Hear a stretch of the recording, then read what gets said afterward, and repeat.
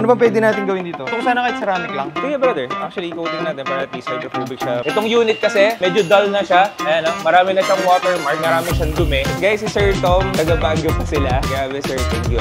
So hi guys, magandang araw. Nandito tayo sa Wash Authority ngayon. May tumawag na kaibigan sa atin. Si Likes, mabuting kaibigan na natin to. So, naglabas siya ng bagong journal, ipapa-coating daw niya sa atin. Abangan natin, tropa nating malupit. Guys, oh, yun na pala eh. Guys, naka-BPF yan, yung harap niya, no? Sa Wash Authority, yung ganda pa rin, no? Parang iba yung nagdadrive. Ay, si Madam pala ito. Uy, bossing! Boss, bago yan, eh. Oo, bagong unit eh. Kailangan ko na ceramic. Dalawang gulong lang ngayon, ha? Nakamotor ka na? Ngayon lang. Ngayon lang? Ngayon lang, oo. Ganda, no? Ganda, ganda. Parang Vespa, no? Oo. So guys, alam ko naman, kilala niyo si Slikes kasi sobrang popular niya dito sa car scene sa Pampanga. Kaya kung may mga kailangan ko, napakabait na tao. Nangangailangan niya, mamungutan. Pero ako dapat mangiram sa'yo. Tingnan mo, ang ganda ng business mo. Eh, hindi naman. Salamat. So, para nung matutulong ko sa'yo? Bali, kailangan ko siya ng ano. Siyempre, kailangan natin ng protection. Si Madam. Ano ba pwede natin gawin dito? Kung sana kahit ceramic lang. Sige brother, actually coating natin para at least hydrophobic siya, mas makinang siya. Of course, may protection, may sacrificial barrier siya. Magkano bang pag ganyan sa mga motor? Usually sa motor, 3,500 hanggang 5,000 depende sa size. Pero here, kaya bigay na bro, mga 3,500. Boys, no? May discount agad, di pa man ako humingi. Ano ba lahat ko-cover dyan pag nagpa-ceramic ng motor? So lahat ng painted panels natin, brother, no? Lahat ng painted panels natin, of course, yung mga mags natin, include na rin natin, pati mga windows. Ay, windows, sorry. Ito ba, pwede kasama? Side mirrors. Pwede ba itong glass? Walang glass. Yes, brother. Pwede ito. Palagyan natin. Ito siguro, palagyan ko ito ng PPF. Ay, pwede yun. Palagyan ko ng PPF yung sa... Wash Authority #1 agad. Matic yun. Tapos, ayan, coating naman natin yung yung mga ilaw niya, tsaka mga side mirrors para hydrophobic. Mga 3 days, gano'n, 2 days. Mga 2 to 3 days, siguro, para at least, mabigyan natin ng proper, time. Pero usually, sige, mga ganun, para sure. Para kasi may healing pa to, di ba? Cure parang. May curing tayo ng konti. Pero mainit naman, so bilis lang yan. Mga maghapon lang siguro pwede na. Sobrang init sa Pilipinas. Sir, ganun na. Sige pare, sige. Ako nang bahala dyan. Ako nang bahala dyan. Thank you, sir. Ayun, Sir Jean. Lapitan nyo lang. Solid to solid. Kape muna tayo. Tara. Let's go! So guys, ganun lang kabilis dito. Grabe. After natin magkwentuhan, magkakape na tayo. Hi guys, so tour lang tayo ulit sa mga projects natin. Kung naalala nyo, I don't think kung na-videohan namin to or na-document namin yung Pero this one is for full paint protection film. Konting finishing na lang. Actually, na-finish na to pero papaulit pa natin kasi for release na siya today. Ang ganda talaga kapag PPF sa mga black cars or sa mga dark color cars kasi makikita nyo talaga, wala talagang swirl mark, no? Yung gloss niya na-enhance talaga. At the same time, of course, protected yung unit. Kung nakita nyo yung video natin doon sa Mazda, isang buwan na yun, pero kung matatapatan siya ng ilaw, kanina nandito siya, pero wala pa rin swirl mark kasi may self-healing capability. Pakita ko lang din, no? Ito, may mga coating projects pa rin tayo dito. Ayan, right now, itong isang Ford Raptor na, kino-coating natin. Ito yung Montero, tapos itong Expander. So guys, ito yung mga to, ay final layer pa ng coating. So, pinapa-cure lang nila yung isang layer bago sila magpatong ng another layer. So tara, dito tayo sa PPF room. Dito yung this is where the magic happens, pare. Wow, So guys, pasensya na medyo maingay, pero tama sa trabaho yun. Ito, finishing na lang to, itong BYD Layo. So nililinis sila. Kapag nagpa-PPF kayo guys, actually kasi yung process natin, hindi may iwasan, bubuksan yung mga pinto and everything. Kasama na sa package natin, nililinis na rin natin yung loob para at least, diba, kapag nirelease natin, malinis talaga yung unit. Oh my God!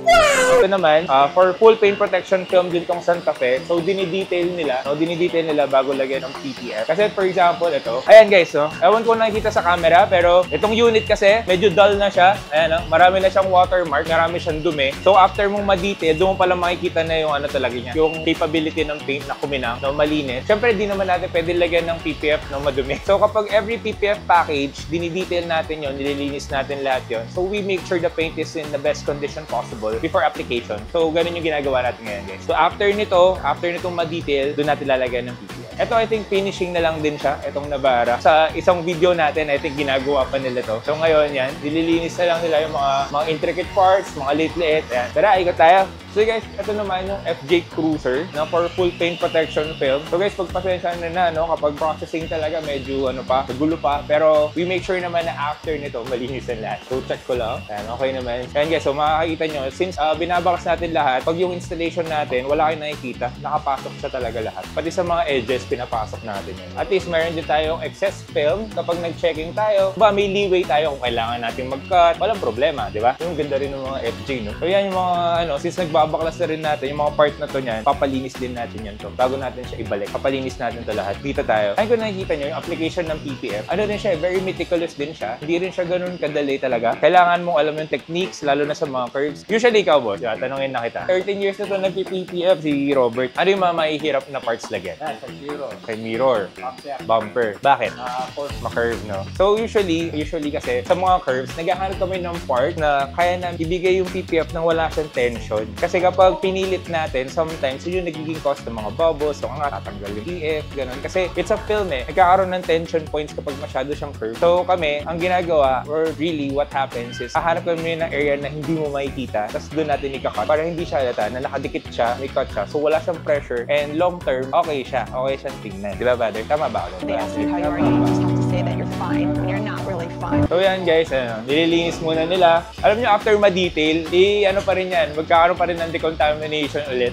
I-clay bar pa rin nila ulit, lilinisin nila ulit. Ganun talaga kaselan yung PPF Kung ano guys, inisip nyo na, pricey siya and everything. Yung task din talaga ng pag-i-install, medyo tasking talaga, tedious din talaga siya. And of course, committed kami sa mga clients. So after dito, check talaga namin yan. And throughout the years, kung may kailangan na matutulong, for sure, mababalikan nyo kami. So I hope yun yung mga nakita nyo na, na important kapag namimili kayo ng mga detailing shop, PPF shop, of course, after sales talaga. Mamaya, kung sakaling may time tayo, sana ma-videohan natin yung output nitong Santa Fe.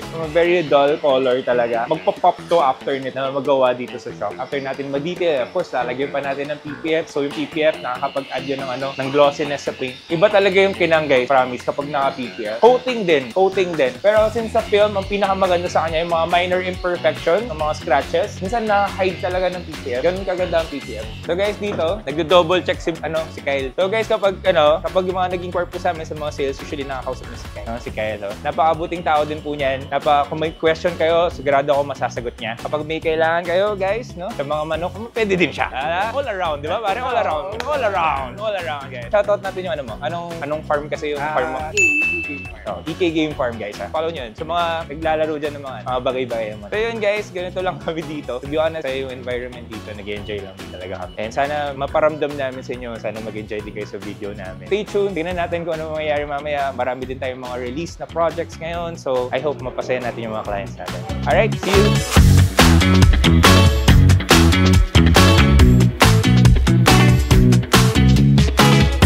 Meron tayo isang Mazda MX-5 na chine-check natin ngayon kay Sir Tom. Sir, magandang umaga. So guys, si Sir Tom, taga Baguio pa sila. Grabe sir, thank you Thank you sa pagbiyahe sa amin. Actually, binigla lang namin siya.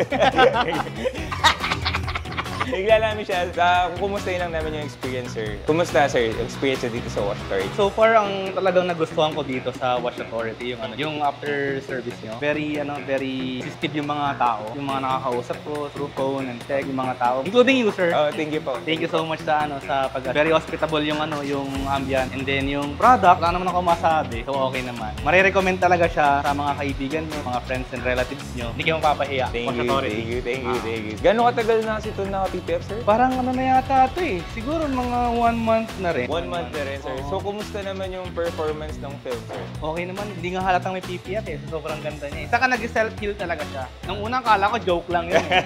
Pero nung naranasan ko talaga na pag naaarawan, nawawala yung mga sir. Saka yung perks na na madaling i-car wash. Sobrang kasi hindi na siya time consuming eh. Yung car wash ka na, ang dali niya talagang linisin. Opo. Kaya nakakatawa. Sulit talaga. Kaya sir, marketing. So guys, ayan totoo yung self-healing hindi siya marketing. As long as yung film natin is magandang quality and of course, intact siya. Bilad niya lang sa araw, after cleaning, usually nawawala yung mga light scratches natin. Sir, thank you very much. Hindi ko na masyadong kukunin yung oras niyo. Guys, Sir Tom, napakabait na tao. Sana magkaroon din tayo ng Mazda katulad. Kayang-kaya. Thank you, sir. Thank you very much. Thank you. yung sa process natin sa detailing sa mga motor. Usually, kahit maliit sila, mas matrabaho sila compared sa mga cars kasi marami silang binabaklas. For example, yung part na para ma-detail natin yung mga nakatagong parts niya, kailangan natin magbaklas para malinis natin kahit nasa loob sila. Kasi kung titingnan mo yung mga ano, for example, ito, identical sila, pare silang Giorno. So, pag nandun yung seats niya, makikita mo yung sa ilalim niya na natatakpan. So, kami, as much as we can, kaya din naman, tatanggalin namin yan para malinis. So, yun yung ginagawa ni Yeng. Yun yung ginagawa niya dito sa, sa isang Giorno. So, tatanggalin niya yung mga kaya natin tanggalin para magkaroon tayo ng access dito sa mga paint parts niya na nakatago. So, malalagyan din natin ng coating, malilinis natin. At the same time, malalagyan natin ng protection. Nice. So, okay na yung ginagawa natin na Hyundai Santa Fe. Kung naalala nyo kanina, ma-watermark siya, sobrang dull na yung paint niya. So, right now, okay na siya. Nalagyan natin ng PPF, Pro Shield Plus Paint Protection Film. So, I think yung video na yung magsasabi sa atin na kung gaano siya kaganda na ngayon.